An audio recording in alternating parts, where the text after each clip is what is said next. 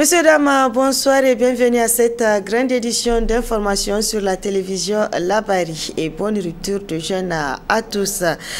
Le mois béni de Ramadan est à sa 29e journée, ce jour 29 mars 2025. La rubrique Ramadan à présent, elle s'intéresse à l'importance de la Zakat al-Fitr. Cheikh Ben Salah nous donne d'amples explications sur le prélèvement de cette Zakat al-Fitr à quelques heures de la fin du mois de Ramadan. On l'écoute. Eh bien, quelle est sa valeur? Sa valeur est de la valeur et du poids, s'il s'agit de quelque chose qu'on peut peser ou mesurer, de 3 kg, de la nourriture la plus répandue dans une région donnée, dans une contrée donnée. 3 kg par personne, au nom de chaque membre de notre famille. Les ulémas disent que, eh bien, certains ulémas, pas tous, que si notre femme est enceinte, et si on sait qu'elle a des triplés, qu'elle a un triplé, alors d'enlever aussi pour ce triplé qu'elle a en elle, mais de façon facultative. Mais pour les autres, de façon obligatoire. Maintenant, il y a un domestique qui est chez nous, tant qu'il est musulman, eh bien, on peut s'acquitter de Zakat al-Fitr à son nom. C'est une aumône supplémentaire pour nous, Inch'Allah ta'ala. Il peut s'agir du 1000, mais j'insiste sur une chose, qu'Allah nous éclaire. Aujourd'hui, les ulémas s'accordent à dire qu'il serait bon de donner du maca, du couscous, des pâtes alimentaires. Pourquoi? Parce que c'est plus facile à préparer. Quand je donne du riz à quelqu'un avant de partir pour la fête, du mil, le temps que ce mil soit transformé, ne serait-ce qu'en fourra, qu'en mouillé, c'est pas évident, c'est pas facile. Alors que si je donne du couscous, du maca, des pâtes alimentaires, des spaghettis d'une manière générale, des pâtes alimentaires d'une manière générale, c'est facile à transformer en quelque chose de consommable. Et si par la grâce de Dieu, j'ai la présence d'esprit, de faire accompagner avec un peu d'argent, tant que j'ai les moyens, pour qu'il puisse acheter l'huile, tous les condiments nécessaires, afin que justement, ce que j'ai donné puisse quitter la casserole et se trouver sur la table à manger. Falillah alhamd, la miséricorde d'Allah est infinie, la récompense est encore plus grande. Certains ulémas, pas certains ulémas, l'école hanafite, donc l'imam Abu Hanifa, estime que on peut s'acquitter du Zakat al-Fitr en offrant sa valeur en argent. Mais pour les autres écoles, pour revivifier la sunna, pour garder la sunna vivante dans les mémoires de la postérité pour l'éternité, il est mieux indiqué de s'acquitter avec des produits alimentaires. À qui Zakat al-Fitr est destiné? Ce sont les mêmes personnes-là, telles que citées au chapitre 9 du Coran Surat At-Tawbah, verset 60, mais en priorité, les pauvres et les indigents. C'est à eux que Zakat al-Fitr est destiné. Et selon les ulémas, ils estiment qu'on ne peut pas envoyer Zakat al-Fitr au-delà de 85 km à la ronde. 85 km à la ronde, la distance au-delà de laquelle on raccourcit les prières. Sauf bien entendu, si dans notre village, dans notre cité, dans notre lieu de résidence, il n'y a pas de pauvres du tout. C'est une très bonne chose qu'il en soit ainsi dans la Ummah de Muhammad sallallahu alayhi wa sallam. Là, on peut l'envoyer jusqu'à Bilma, si on le veut, que Dieu nous éclaire. Un jeûne de Ramadan bien accompli a beaucoup de mérites. Quels sont les mérites suivant les explications de Oustaz Haladou Yahya? Un jeûne de Ramadan bien réussi a beaucoup de mérites. D'abord, le prophète Mohammed sallallahu alayhi wa sallam a dit: toute œuvre appartient, de Bani Adam lui appartient. Mais le jeûne, c'est Allah qui le récompense. Celui qui est admis dans son jeûne se trouve avec l'assistance de Allah subhanahu wa ta'ala, bien guidé dans ce sens, dans son raisonnement, son cœur bien soumis, le corps raclé de toute souillure, le cœur apaisé et le cœur adouci devient rempli de bonté et de soucis de la Ummah subhanahu wa ta'ala. Et enfin, c'est le pardon de Allah subhanahu wa ta'ala. On se retrouve épargné du fait de l'enfer et la récompense sera le paradis. Pour la suite de sa vie, on a plus de sagacité intellectuelle pour être soumis à Allah, à ses signes, et on trouve une volonté raffermie d'adorer Allah subhanahu wa ta'ala, mais surtout la conviction nécessaire dont chaque fidèle a besoin pour mener sa mission sur terre, celle d'adorer Allah subhanahu wa ta'ala, qui a dit wa ma khalaqtul jinna wal insa illa liya'budun, je n'ai créé les hommes et les djinns que pour qu'ils m'adorent. L'Oumma islamique du monde entier a les yeux rivés sur le ciel et pour cause l'observance du croissant lunaire. L'apparition de ce dernier marque la fin du mois de Ramadan et la fête de l'Eid el-Fitr, une fête qui malheureusement n'est pas célébrée le même jour sur l'ensemble du territoire national, comme vous allez le constater à travers ce reportage signé Ismaël Moumouni.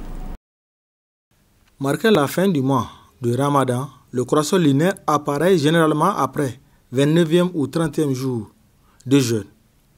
Mais force est de constater que sur le même territoire, les fidèles célèbrent la fête de Ramadan avec des jours d'intervalle, et cela malgré l'annonce de l'apparition du croissant lunaire dans une ou des localités du pays par le Conseil islamique.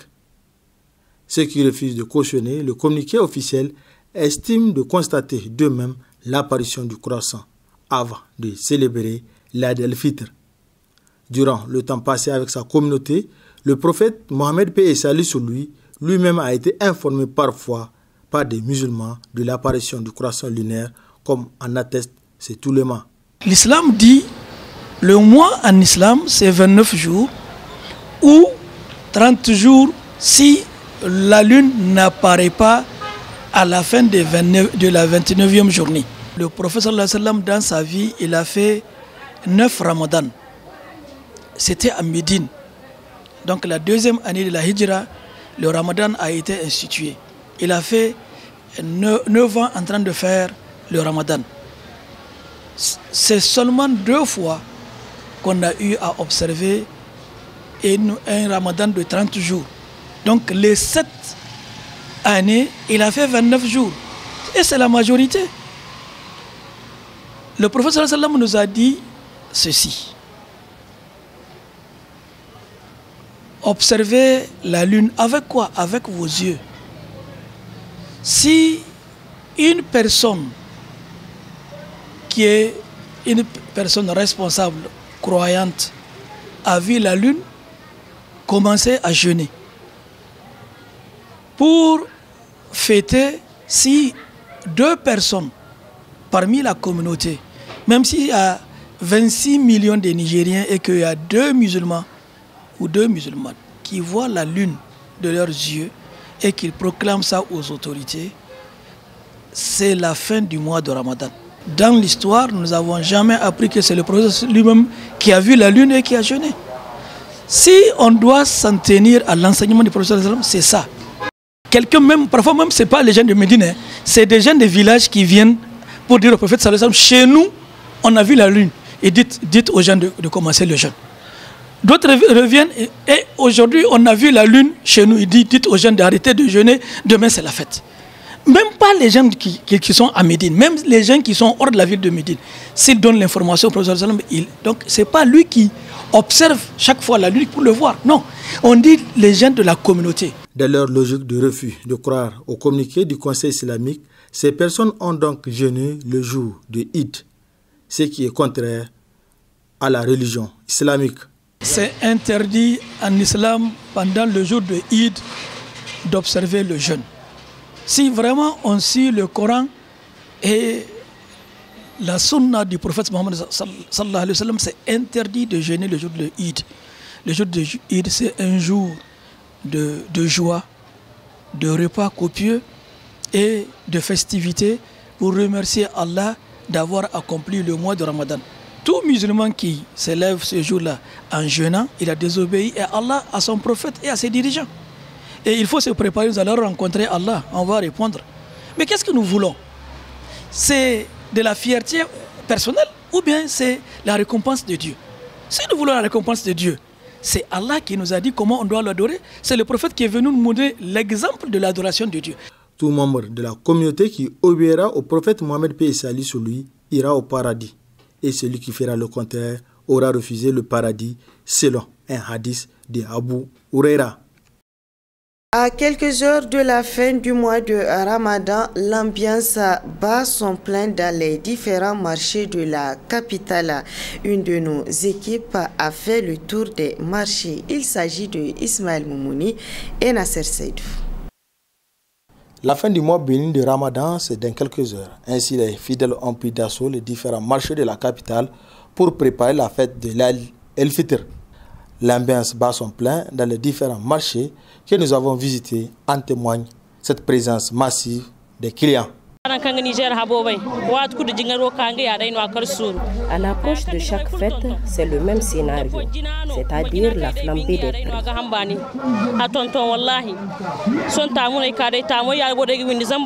Hier, j'ai acheté des condiments. Aujourd'hui, je suis venu chercher des chaussures.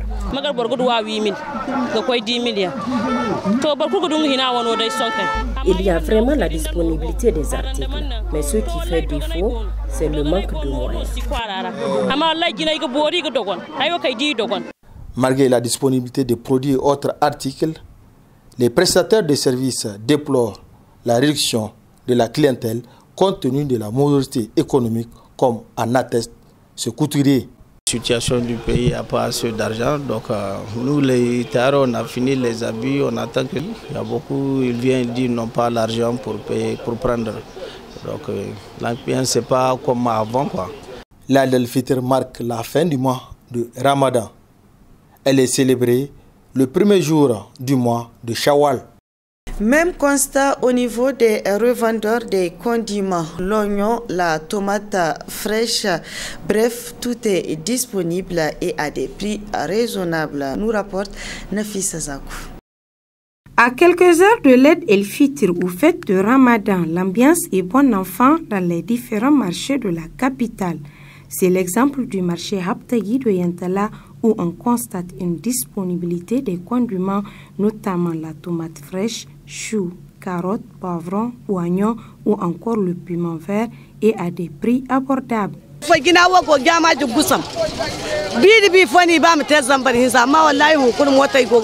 Les condiments sont disponibles. La tomate fraîche est accessible à toutes les bourses, contrairement aux années antérieures. La carotte, le chou, tout est disponible grâce à la culture de contre-saison. Kayan miya ba su irin wannan tashi da ake cewa sun yi tsada ko na tunda sun zo cikin lokacinsu. Yanzu akwai cikin lokaci albasa su tumatir duka. Cette année, les condiments sont disponibles car c'est leur époque et les clients viennent en acheter. Les prix sont abordables.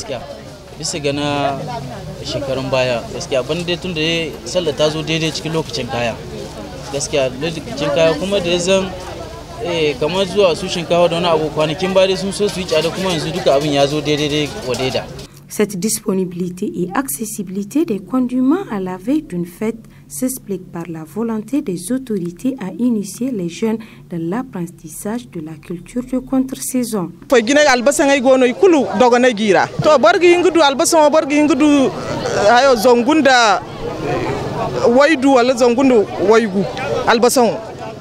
Les condiments sont disponibles cette année et à des prix abordables.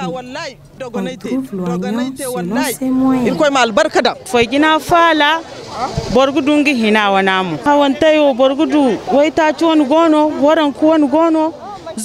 Dieu merci. Cette année, les condiments sont disponibles. On en trouve pour toutes les bourses.